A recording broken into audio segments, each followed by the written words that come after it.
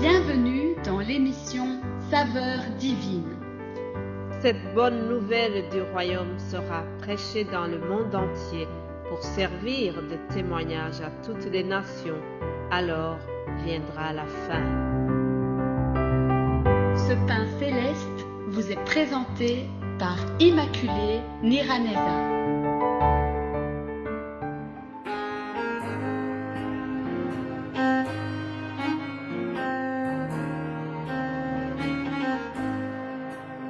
Je suivrai mon Seigneur et mon Maître, sans jamais m'éloigner de ses pas, sans que rien ici-bas ne m'arrête, et sans rien que le son de sa voix.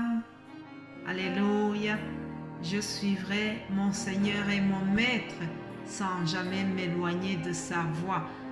Bien-aimés de Dieu qui suivent l'émission Saveurs divines, je voudrais vous rappeler que nous sommes en train de voir les violents qui s'emparent du royaume de Dieu.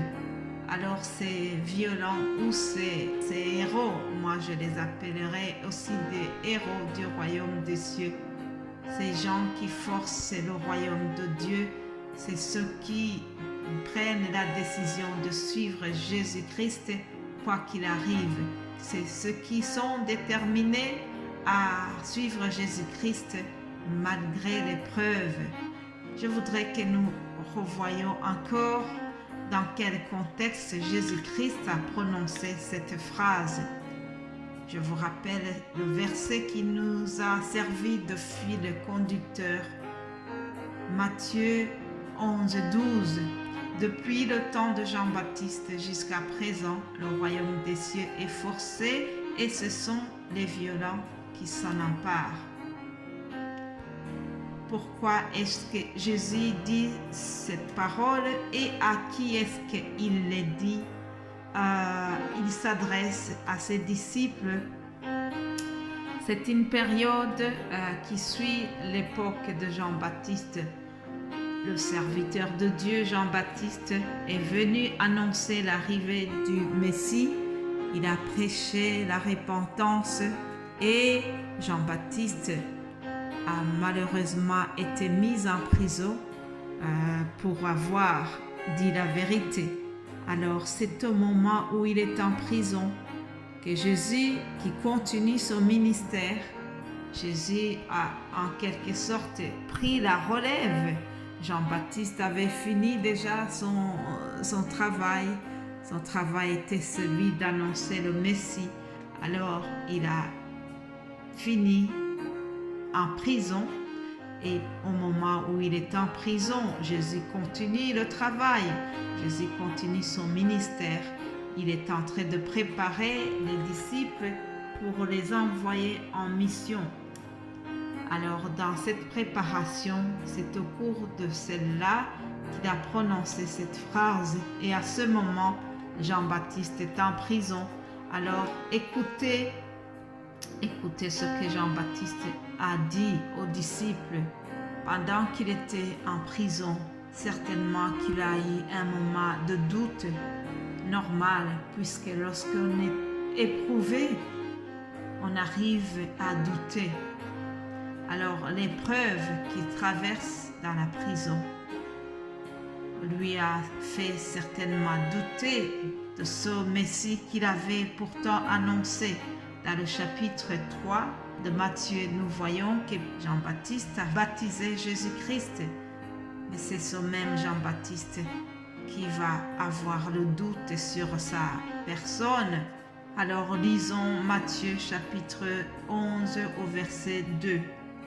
Jean, ayant entendu parler dans sa prison des œuvres du Christ, il lui fit dire par ses disciples: Es-tu celui qui doit venir ou devons-nous en entendre un autre? Jésus leur répondit: Allez rapporter à Jean ce que vous avez entendu et ce que vous voyez. Les aveugles voient, les boiteux marchent, les lépreux sont purifiés, les sourds entendent, les morts ressuscitent et la bonne nouvelle est annoncée aux pauvres. Alléluia! Ah, quelle belle parole! En fait, Jésus-Christ est en train de leur dire que le royaume de Dieu est déjà arrivé et le royaume avance malgré qu'on a arrêté Jean-Baptiste. On a arrêté Jean-Baptiste, mais on n'a pas arrêté la puissance du royaume de Dieu. Alléluia! Jésus-Christ a continué. Le royaume avance malgré que Jean-Baptiste a été mis en prison. Le royaume avance malgré que Jean-Baptiste sera même décapité par après. Ah, chers amis, le royaume de Dieu a rencontré l'opposition très violente, mais cela n'a pas empêché la puissance du royaume de continuer à se manifester puissamment par les œuvres que Jésus a montrées.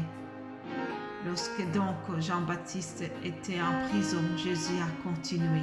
On a dit qu'il chassait les démons par Belzébul, le prince des démons. On ne croyait pas en Jésus-Christ, mais c'était vraiment lui le Messie. C'était lui qui œuvrait puissamment, qui manifestait la puissance du royaume de Dieu. Chers amis, Jean-Baptiste, que ce soit Jean-Baptiste, que ce soit les autres. Hier, je vous ai parlé de Pierre, de Jacques et tous ces gens, tous ces premiers apôtres, comment ils ont fini en étant tués d'une manière atroce. Mais malgré cela, le royaume des cieux a continué à avancer. La bonne nouvelle du royaume a été annoncée jusqu'à nous, jusqu'à moi qui vous parle. La bonne nouvelle continue d'être annoncée. Ah, et cette bonne nouvelle sera prêchée dans le monde entier. Je suis heureuse de participer à l'annonce de la bonne nouvelle du royaume de Dieu. Je prie que toi qui m'écoutes, toi qui es édifié par ces messages, je prie que tu puisses aussi participer à l'avancement du royaume de Dieu en partageant les messages que tu entends. Chers amis, nous devons continuer, nous devons participer à l'avancement du royaume de Dieu. Et surtout, si nous rencontrons des épreuves, restons courageux.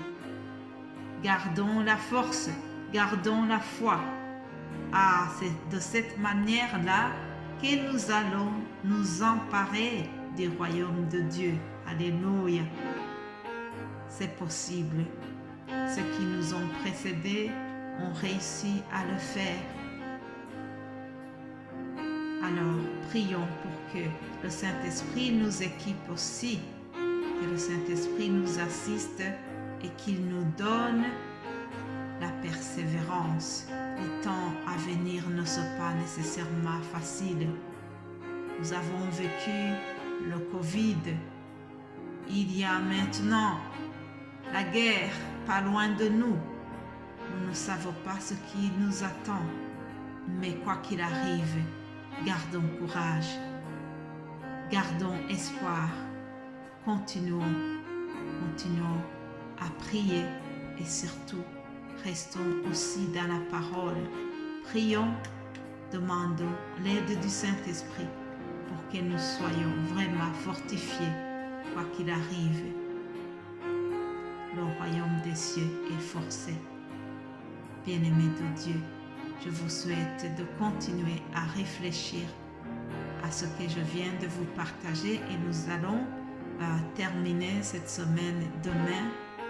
Nous terminerons ce thème demain. Soyez bénis au nom de Jésus-Christ. Amen.